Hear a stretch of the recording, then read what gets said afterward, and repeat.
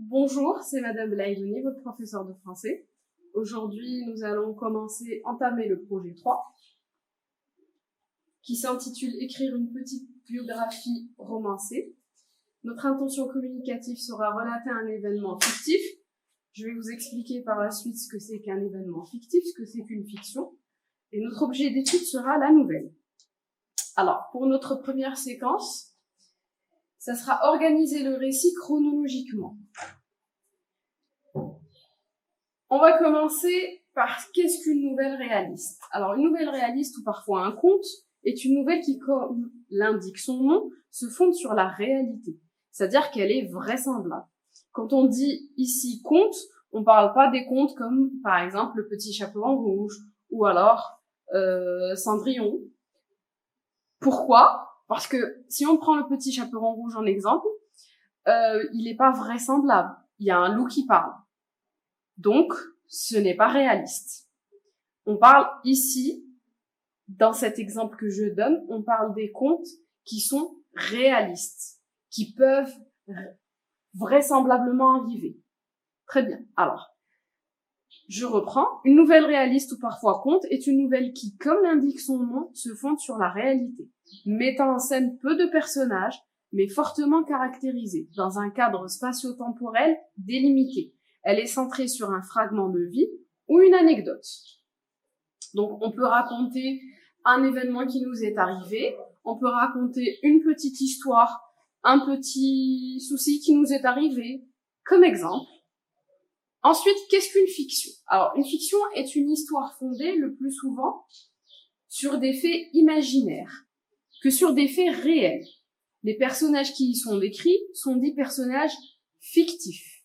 Alors, par exemple, si on prend un film qu'on regarde à la télévision, c'est des faits qui sont imaginaires.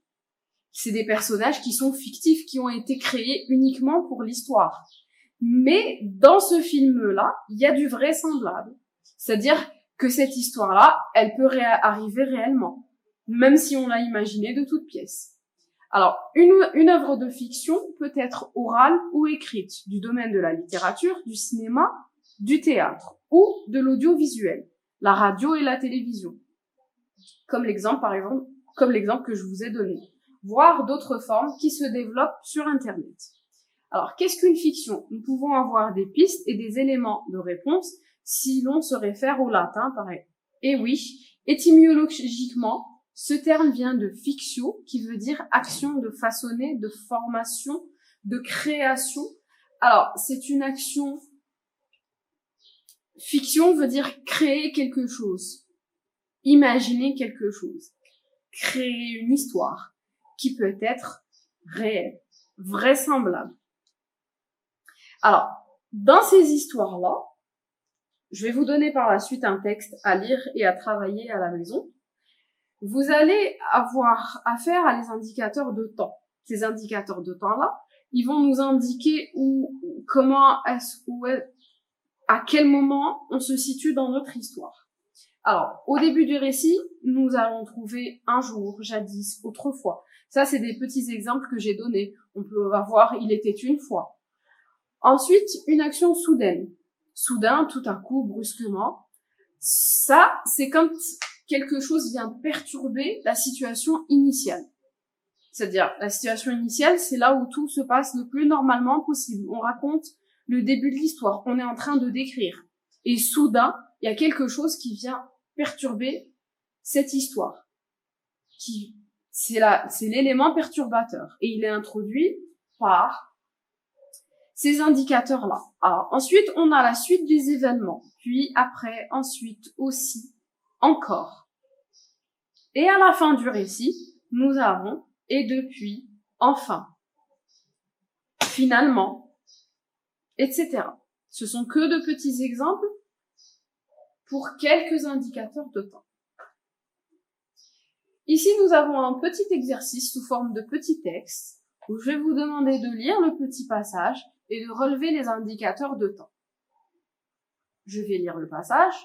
Il était absent depuis quelques heures et le petit Fortunato était tranquillement étendu au soleil, regardant les montagnes bleues et pensant que le dimanche prochain, il irait dîner à la ville chez son oncle le caporal, quand il fut soudainement interrompu dans ses médiations par l'explosion d'une arme à feu.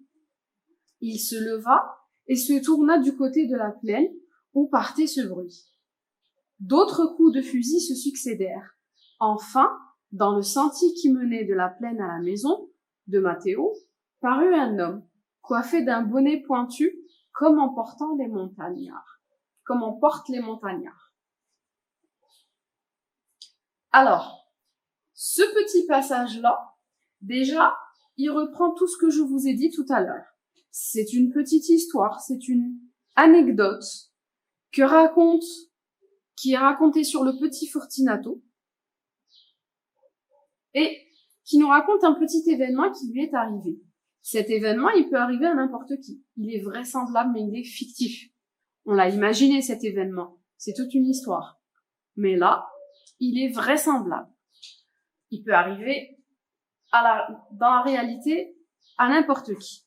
Maintenant, je vais vous inviter à faire ce petit exercice chez vous et je vais vous inviter aussi à lire le texte de votre livre scolaire, page 164, et de répondre aux questions comme on a l'habitude de le faire, c'est-à-dire de me faire l'analyse de ce texte-là, et la séance prochaine, on en discutera. Merci et bon courage.